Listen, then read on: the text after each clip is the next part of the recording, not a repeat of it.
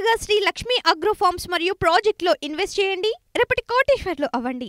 సంప్రదించవలసిన నెంబర్స్. దేశంలో ఎక్కడా లేని విధంగా భారీ ఆర్థిక ప్యాకేజీ, వరద బాధితులకు 602 కోట్ల పరిహారం, అత్యంత పారదర్శకంగా నష్టగణన, త్వరలో ఆపరేషన్ బుడమేరు, సీఎం సహాయ నిధికి రికార్డు స్థాయిలో 400 కోట్ల విరాళాలు, దాతలకు పాదాభివందనం, బాధితులకు సాయంలో కొత్త వరవడికి శ్రీకారం చుట్టాం, శాంతి భద్రతలకు విఘాతం కలిగిస్తే మెక్కలు ఎరగదీస్తామని సీఎం చంద్రబాబు నాయుడు గారు చెప్పిండు.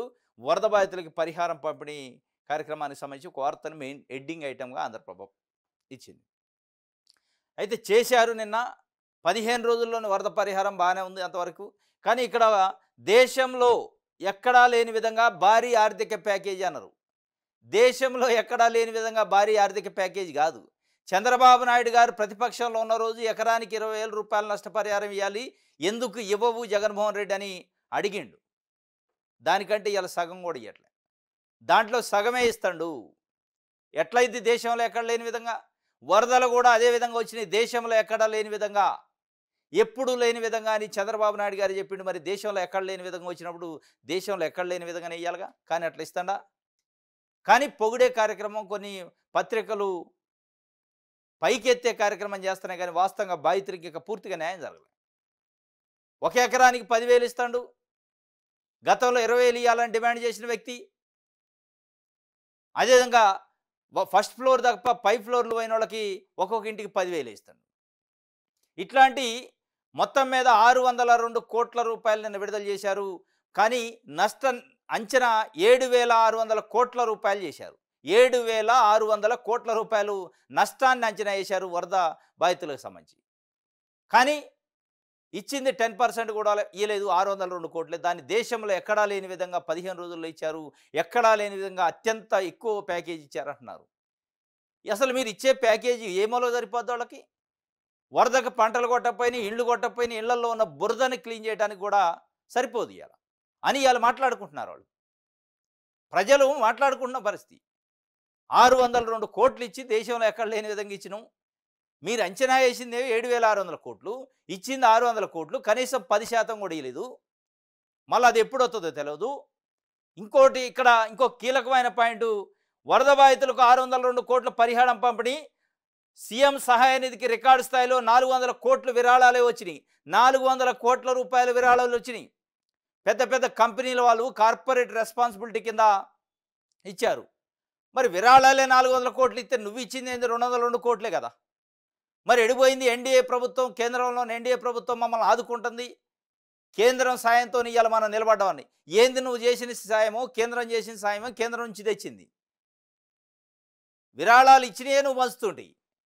మరి మీరు ఇచ్చింది ఏంది? మీ ప్రభుత్వం కానీ కేంద్ర ప్రభుత్వం కానీ ఇచ్చింది ఏంది? దానివల్ల ఒరిగింది ఏంది ప్రజలకి? ఇలా కనీసం ఒక 1000 కోట్లో 2,000 కోట్లో కేంద్రం నుంచి తెచ్చే సాహసం కానీ, ఆ ధైర్యం కానీ, అడిగే ధైర్యం కూడా లేకపోయా. 7,600 కోట్లు అంచనా వేసి 602 కోట్లు ఇచ్చి అందులో 400 కోట్లు సందాలు ఇచ్చిన వాళ్ళే ఉన్నాయి. సందాలు ఇచ్చిపోయారు. వాళ్ళ మనసు కరిగి దాంట్లో కొన్ని కిడ్పోకోలు కూడా ఉన్నాయి. మళ్ళా వాళ్ళు ఇచ్చినే పంపిణీ చేసి మొన్న బుద్ధ వెంకన్న క్యాంపు కార్యాలయంలో ఇదే పరిస్థితి. ఎవరెవరో వచ్చి దాతలు ఇస్తే ఆ దాతలు ఇచ్చిన దాన్ని కూడా తెలుగుదేశం పార్టీ నాయకుల చేతుల మీద పంపిణీ చేయటం, అది కూడా మళ్ళీ తెలుగుదేశం పార్టీ కార్యకర్తలకి పంపిణీ చేస్తుంటే పెద్ద ఎత్తున బాధితులు రోడ్లపైకి వచ్చి ధర్నాలు చేశారు. ఇక అదే పరిస్థితి ఇవాళ చంద్రబాబు నాయుడు గారు కూడా చేస్తున్నారు. వాళ్ళు ఇచ్చినే కార్పొరేట్ కంపెనీల వాళ్ళు ఇచ్చి చేతితో ఇచ్చి నేనే ఇస్తున్నా అని చెప్తుండే. ఇది కాదు. మీరు ప్రభుత్వం ఏమిస్తుంది, కేంద్ర ప్రభుత్వం ఏమిస్తుందో చెప్పాలా. దేశంలోనే అత్యంత ఎక్కడా లేని విధంగా భారీ ప్యాకేజీ అట. ఎక్కడా లేని విధంగా, అది ఎక్కడైనా ఉంది, ఇక్కడే లేదు. మీరు పొగిడే కార్యక్రమం చేశారు తప్ప దేశంలో ఎక్కడా లేని విధంగా లేదు. ఆయన అంటాడు ఎక్కడా లేని విధంగా అంటాడు, ఆ ప్రపంచంలో ఎక్కడ లేదు అంటాడు. అయితే మనం రాయాలా? జరిగింది ఏంది, ఇస్తున్నది ఏంది, ఇవ్వాల్సింది ఏంది అనేది కనీసం క్యాలిక్యులేషన్ ఉండాలిగా. ఇది తొందరపడొద్దు, పదవులు ఇంకా ఉన్నాయి. ఆశావాహకులకు అభయం, కార్పొరేషన్ కొత్త చైర్మన్లకు ముఖ్యమంత్రి చంద్రబాబు శుభాకాంక్షలు. తొందరపడొద్దట, పదవులు ఇంకా ఉన్నాయట. నిన్న నామినేటెడ్ పదవులకు సంబంధించి 20 కార్పొరేషన్లు, 99 డైరెక్టర్లు మొత్తం రిలీజ్ చేశారు. తెలుగుదేశం పార్టీ, జనసేన, బీజేపీ ఈక్వేషన్స్లో ఎక్కువ 80% పదవులు తెలుగుదేశం పార్టీ నాయకులు తీసుకున్నారు.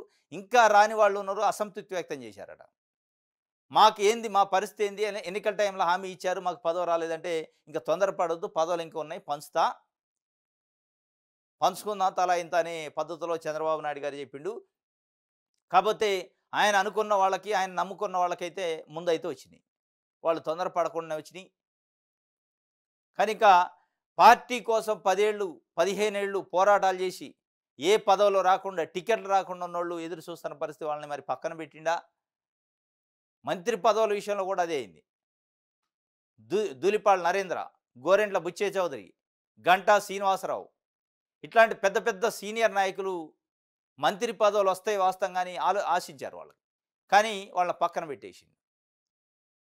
మరి ఇప్పుడు ఏం జరగబోతుందో కానీ ఆశావాహులు మీరు అభయం ఇస్తానని చెప్తుండే వాళ్ళు ఏదో కొంత అసంతృప్తి ఉన్నట్టుంది.